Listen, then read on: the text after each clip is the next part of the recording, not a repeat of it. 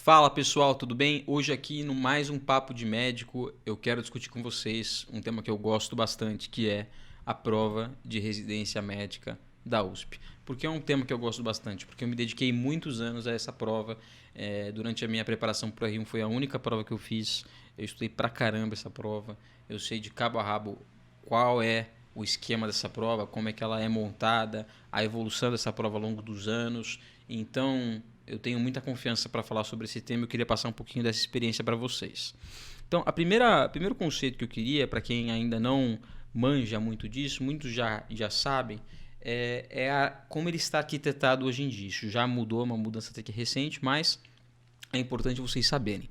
A prova é dividida em 3 fases atualmente. Então, a gente tem a primeira fase, que é uma fase 100% teórica.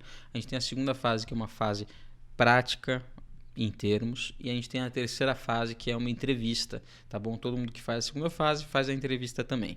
A primeira fase é o que eu vou focar nessa aula hoje, que são 100 questões de múltipla escolha e 5 questões discursivas. Antigamente eram só questões discursivas, mas por causa do número de recursos que a banca recebia, acabaram mudando para 100 questões de múltipla escolha com 5 questões discursivas. E esse é o primeiro pitfall que eu vou passar para vocês. As 100 questões de múltipla escolha elas valem 75% da nota da primeira fase e 5 questões discursivas valem 25% da nota da primeira fase.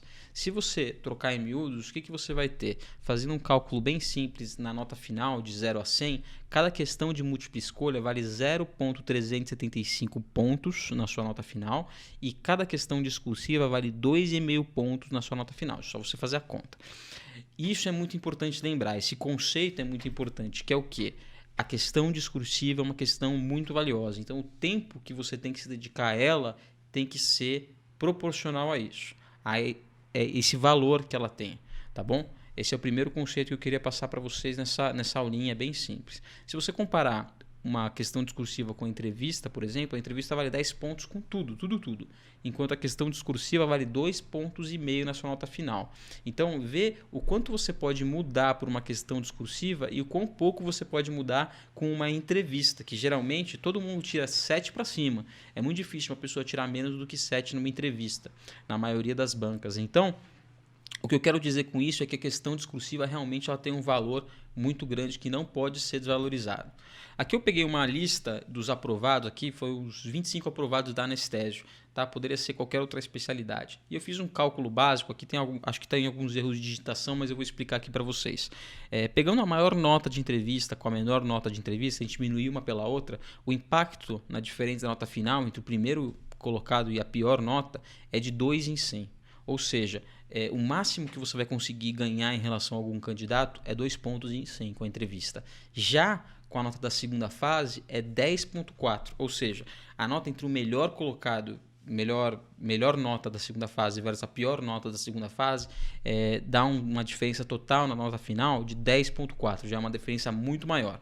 E na primeira fase, essa diferença, nesse estudinho aqui que eu fiz, foi de 7,75. O que eu quero dizer, em outras palavras, é que a entrevista tem menor impacto comparativamente com a primeira fase e com a segunda fase. Porque muita gente tem esse medo falando que o pessoal fica de fora da entrevista, eu fui colocado de fora da entrevista. Isso, na verdade, acaba sendo muito raro, acaba sendo uma exceção você não ser aprovado por causa de uma entrevista. A regra é que a sua nota vai te beneficiar frente a outros candidatos e é isso que vai garantir a sua aprovação ou sua reprovação no exame de residência. Então, sendo franco, o que a gente precisa fazer para a prova de residência é se preparar muito para a primeira fase e, na sequência, se preparar bastante para a segunda fase também.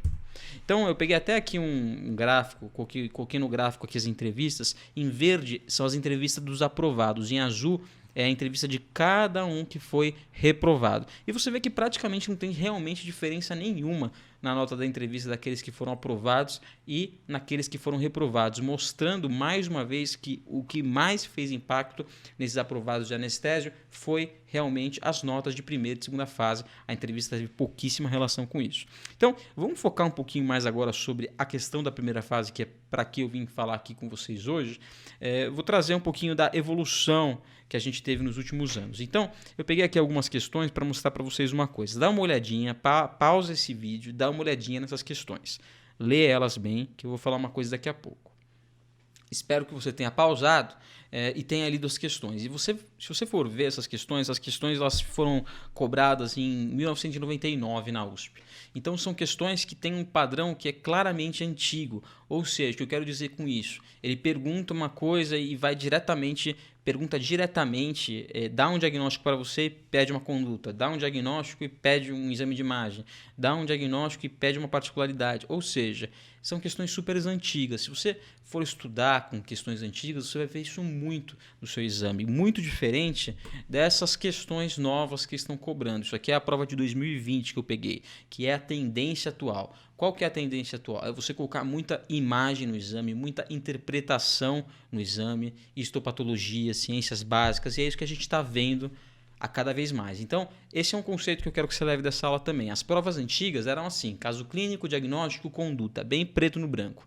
Quais são as provas novas? São aquelas que mostram geralmente um caso clínico, mostram uma imagem, mostram a patologia, pedem o mecanismo de ação, pedem a fisiologia e às vezes também chegam no diagnóstico e na conduta, mas nem sempre. Às vezes o mais importante é você saber a patologia, saber o mecanismo de ação.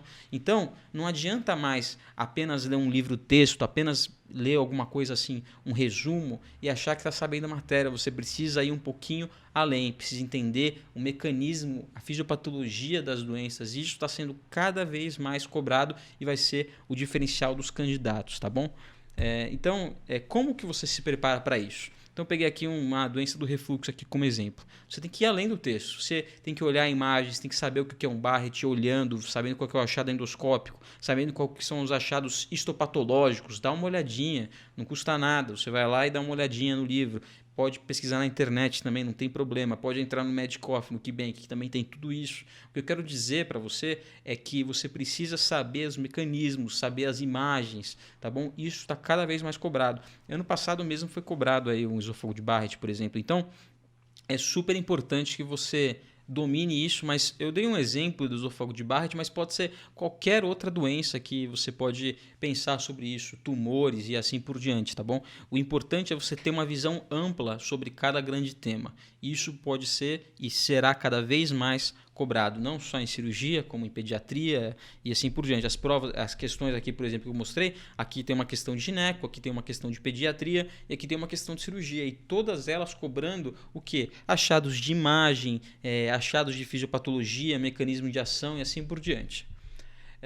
Então, falando agora um pouquinho sobre a questão discursiva, especificamente, eu conheço muita gente assim, ó, que ficou desse jeito aqui quando estava estudando papel de residência, assim, super nerd, estudando pra caramba, tal, não sei o quê, e acabou caindo num abismo quando foi fazer as questões discursivas, tá bom? Porque as questões discursivas, elas são especiais. As questões discursivas, elas são feitas de um jeito especial. O próprio examinador dá muita atenção para a questão discursiva. Vocês vão ver em alguns exemplos que eu vou trazer para cá. Você tem que fazer uma grande conexão realmente para você ter um sucesso nessas questões discursivas. Você tem que ligar todos os pontos para conseguir chegar na resposta antes de olhar o caderno de questões, antes de olhar o caderno de resposta. Você já tem que se preparar para aquilo de um modo muito específico, tá bom? Eu trouxe aqui um caso para vocês. Eu vou querer que vocês pausem o vídeo agora e deem uma olhadinha nessa questão. Eu quero que você pegue o seu caderno, pegue uma folha branca e você escreva as respostas que você acha, só para eu explicar para você como que eu raciocinaria ou como que eu entendi essa questão na hora de fazer essa questão, para mostrar para vocês como que a gente se prepara e como que a gente deve pensar na hora de fazer as perguntas, tá bom? Então, vou ler o caso para vocês. É um homem de 62 anos que teve uma pancreatite aguda biliar leve, fez um ultrassom de abdômen que mostrou uma vesícula biliar com múltiplos cálculos e um colédoco com 0,7 de diâmetro, com cálculo no seu terço distal. Fez uma colangiografia endoscópica, fez retirada de cálculos do colédoco sem intercorrências e foi operado por via laparoscópica, fez colangiografia intraoperatória que está ilustrada ali. Daí tem 2 colangiografias, uma no início e uma no final da operação. Daí você vem aqui, questão 24, cite 3 achados da colangiografia. Daí já dá aquele medo, né? Porque você, não sei o que está acontecendo nessa questão. Não sei, não estou preparado.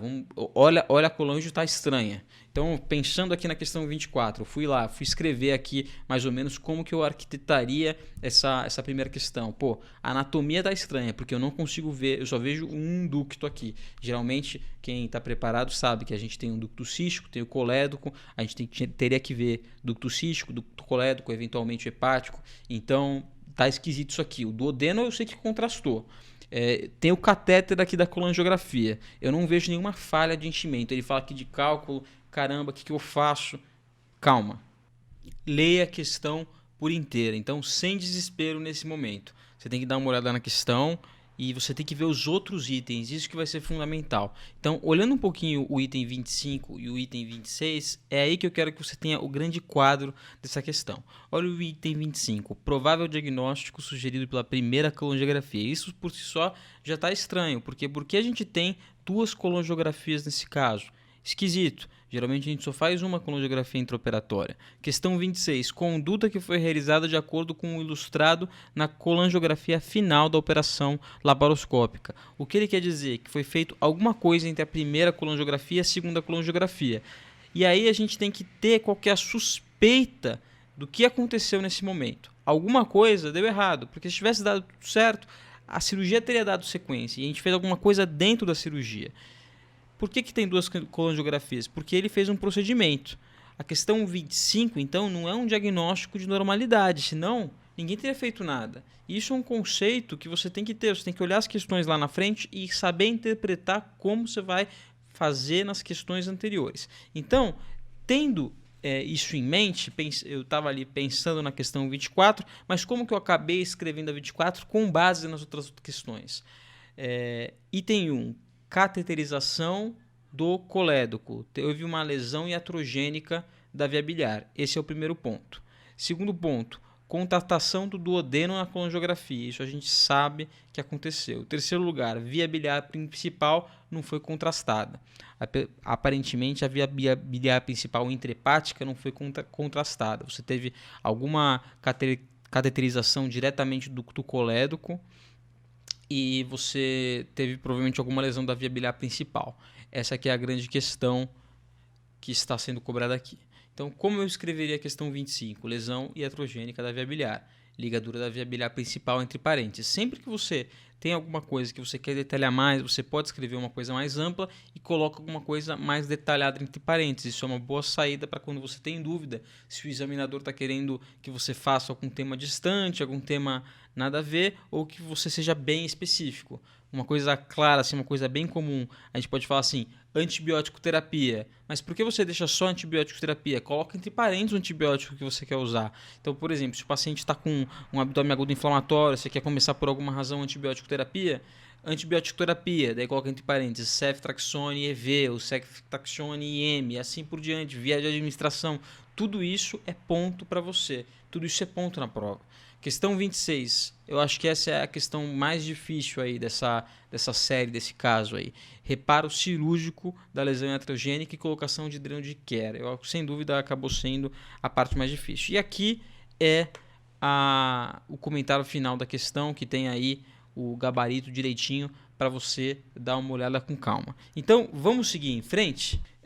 Eu quero que você pegue esse exemplo, fecha aí a parte de baixo desse exemplo, que eu já dei aí algumas ideias para vocês, e eu quero que vocês pensem um pouquinho como que vocês responderiam essas questões antes da gente seguir em frente, só para vocês terem mais um exemplo de raciocínio. Essa questão foi da USP 2018. Então, discutindo aqui a questão. Então, é um homem de 42 anos, há mais de 10 anos com uma tumulação subcutânea de longa evolução na região infraescapular, o tamanho da lesão era de 7 centímetros no maior diâmetro, lesão indolor, relativamente imóvel, não há alterações cutâneas associadas. Há 6 meses teve um aumento da tumulação que duplicou de tamanho nos últimos 3 meses.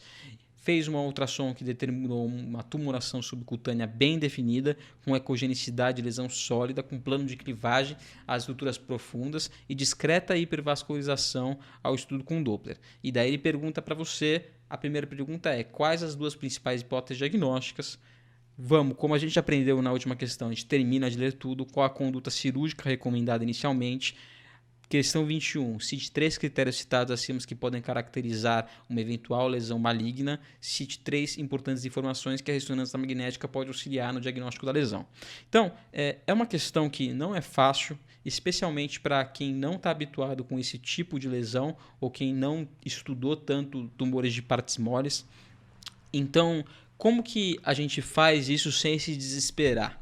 Então, essa questão é uma questão que a gente facilmente pode acabar caindo num abismo, pode pensar em dermatofibrosarcoma protuberans, pensar nisso, pensar naquilo, não saber quais são as principais hipóteses. Por quê? Porque é uma pergunta muito vaga. Quais são as duas principais hipóteses diagnósticas? O que ele quer que a gente escreva com isso? Não dá para entender muito bem. Só dá para entender se você observar a questão como um todo, se você observar a questão como uma história e entrar dentro da mente do examinador. Então você tem que usar todas as informações para responder com a lógica que a questão quer chegar. Então se você for na questão 21, cite 3 critérios citados acima que podem caracterizar uma eventual lesão maligna. Espera aí, se ele está pedindo critérios para caracterizar uma eventual lesão maligna, talvez as duas principais hipóteses diagnósticas sejam uma lesão benigna e uma lesão maligna, certo? E, um pouquinho além disso, ele reforça isso na questão 22. Cite 3 importantes informações que a ressonância magnética pode auxiliar no diagnóstico da lesão, também para fazer uma diferenciação entre lesões benignas e lesões malignas. Então, a primeira coisa que você tem que pensar é em lesão benigna, lesão maligna. Eu acho que é isso que ele está querendo dizer na questão 19. É isso que eu estou falando de entrar na cabeça do examinador. Porque perguntar quais são as duas hipóteses diagnósticas pode ser uma pergunta que pode soar, inclusive, vaga. Mas se você consegue ver na cabeça do examinador quais são os objetivos dele, baseado nas outras questões que ele mostrou nas questões exclusivas, você tem muito mais chances de acertar. Então, é exatamente isso que eu quero dizer para você. O que ele queria nessa questão era diferenciar em tumores benignos e malignos de partes moles mais comuns. Qual que é o benigno mais comum subcutâneo? É o lipoma. E o maligno é o liposarcoma. Tudo bem que eu não tenho dúvida que o candidato mais preparado do seu ponto de vista conceitual poderia se dar melhor nesse tipo de questão, mas eu tenho certeza que muitas pessoas que sabiam esse conceito, muitas pessoas que entendiam a matéria, podem escorregar e não escrever da maneira que ele quer, porque não entendem que essa pergunta, por exemplo, de principais hipóteses diagnósticas está associada com os conceitos que ele quer cobrar nos outros itens. E assim que você acertaria lipoma e liposarcoma, que foi o gabarito da questão. Aqui está o gabarito da questão para vocês darem uma olhada. Então o negócio é tentar entender qual é o objetivo por trás de toda a questão. Isso também serve um pouco para as questões de múltipla escolha, embora nas questões de múltipla escolha seja um pouco mais difícil fazer esse trabalho, tá certo? Então, as mensagens que eu quero falar. Foque neste momento na primeira fase. Esse vídeo eu estou fazendo no final de abril. Nesse momento você tem que fazer a primeira fase, tem que ir bem na primeira fase, estudar bastante questões de múltipla escolha, estudar bastante prova discursiva, mas faça isso todo dia, estude bastante para a primeira fase, porque se você não passar na primeira fase, você não vai passar para a segunda fase. Então, o foco total agora é primeira fase, a segunda fase é para depois. Segundo lugar, não menospreze as questões escritas, não menospreze as questões discursivas da prova da USP. Tem um grande impacto na nota final. Já mostrei para vocês o cálculo, elas são muito importantes. Treina essa habilidade de escrever prova escrita. Isso vai fazer um diferencial que vocês nem imaginam. Faça questão nova, usa banco atualizado de questões. Eu vou ser suspeito, eu vou falar assim, use o Medcoff, porque a gente faz as questões atualizadas. A gente está nessa mesma atuada da medicina da USP, ou seja, a gente faz questões, a gente discute as questões mais atualizadas, mas a ideia é você fazer as melhores questões e discutir as questões mais atualizadas. Se você for buscar questões antigas, talvez você não encontre muita coisa na sua prova parecida com isso. Você tem que ir além dos resumos, além dos fluxogramas, você tem que ver algumas lâminas, ver bastante imagem, treinar sua memória visual. É isso que a gente também tenta fazer, esse exercício um pouco no Medcoff. Outra coisa que a gente tem que acabar com esse conceito que está completamente errado. A entrevista não é o verdadeiro gargalo da prova de residência. O verdadeiro gargalo é a primeira fase e a segunda fase. A entrevista você vai ter que se preparar, mas você vai poder fazer poucas coisas que vão te beneficiar. A gente vai falar um pouquinho sobre a entrevista mais para frente, eu acho que tudo vale a pena. Sempre que você pode melhorar a sua nota, você tem que ir atrás mesmo, mas o mais importante, primeira fase, segunda fase. Quem te falar alguma coisa diferente disso, não entende dos números. Último item, entenda aonde o examinador está querendo te levar ao invés de brigar com questão. Então, tenta não brigar com as questões, tenta entender o que o examinador está querendo dizer. Eu acho que esses são os conceitos fundamentais que eu queria passar para vocês hoje. Espero que vocês tenham aproveitado. Segue aqui em algum lugar aqui que vai aparecer um botão aqui no nosso canal, se vocês quiserem ter mais dica e mais atualização de prova, de coisa para a vida, de podcast. A gente faz de tudo, a gente tem o canal do Papo de Cirurgião, tem nossos amigos também do Papo de Pediatra, Papo de Dermato, são todos super canais que você tem conteúdo de qualidade. E dá uma olhadinha também no Medicoff, que é o nosso banco de questões, que você vai gostar bastante, eu tenho certeza, mesmo que esteja prestando R1 ou R3 de cirurgia geral avançada, tá certo? Muito obrigado, espero que vocês continuem conosco aí. Falou, um abraço.